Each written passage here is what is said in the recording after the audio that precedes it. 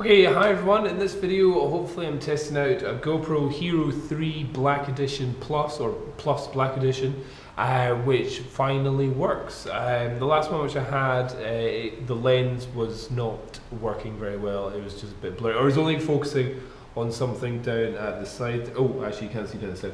Right, I've got you in narrow mode, which is one of my tests. In the last video I did in the narrow mode, I was just total blur, so now I'm looking pretty sharp. So I'll just quickly change you on my iPod Touch to change you guys into wide mode.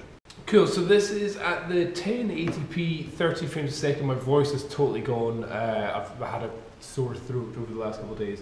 And so far everything's looking so much better. It's at 25 frames a second I'm shooting because I'm inside, got the lights here. It's a dark overcast day, it's not that great.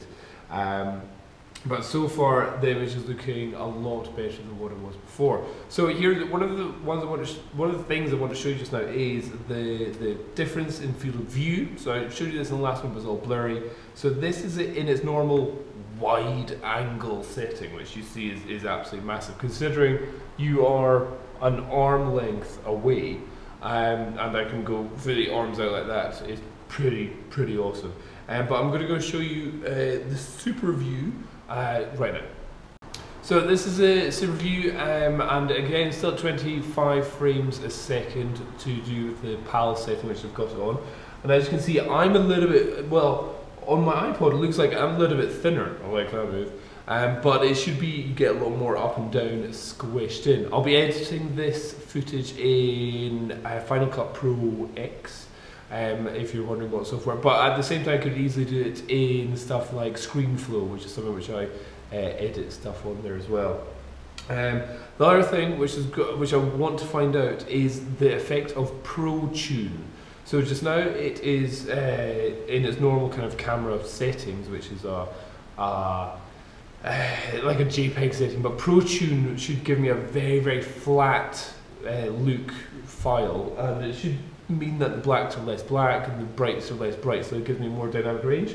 So in this image there's nothing that's really of a high dynamic range. Okay, over here it's a little bit bright, but nothing's totally white, nothing's totally black, so it's not a great example, but let's just have a little look. Now with Protune it's saying preview is not supported, so I was able to see myself, but once I started pressing record it's just like, no, we don't have enough function to be able to send out the information from the GoPro to here and be able to view it all at the same time. I think it's just a little bit too much tech going on there. So at the moment I should be a little bit more grayer, or however it wants to be, but it also gives me the opportunity to play around with the white balance. Now I can see the white balance whenever I turn you off from recording, and I'll just have a look at that. So at the moment it's in auto. This is at 3000K, which I would say you would probably be using if you're doing it in a really indoor location where there's no light from outside. So this should be probably a very blue looking image. This is 5500K, which you'd probably have normally if you're just outdoors in the sunshine. As this has got normal outdoors brightness or color temperature coming in, but orangey lights there, it may be like a different looking color on either side of the bit. The next one's 6500, which I think is more if you're shooting in a shadow of a mountain kind of area. Let's have a look at that. So if you're in a shadow of a mountain, there's naturally more of a blue cast in the place, so that's why you put the white balance to a higher color temperature to counterbalance that, so it looks more normal white. But when indoors, this would probably be a very orangey looking look, which you don't really want. Now, the next one it says camera raw. Ooh, interesting to see what it can do there. So at the moment it's saying camera raw, not really sure what function that's doing. I think I was initially thinking that would just be for video, just for photos. So maybe when you're taking the 12 megapixel images with that, it's able to give you a raw file. But I don't know, what I'll do, this is obviously the video which is saying it's in camera raw file, but I'll take a raw photo as well at the moment.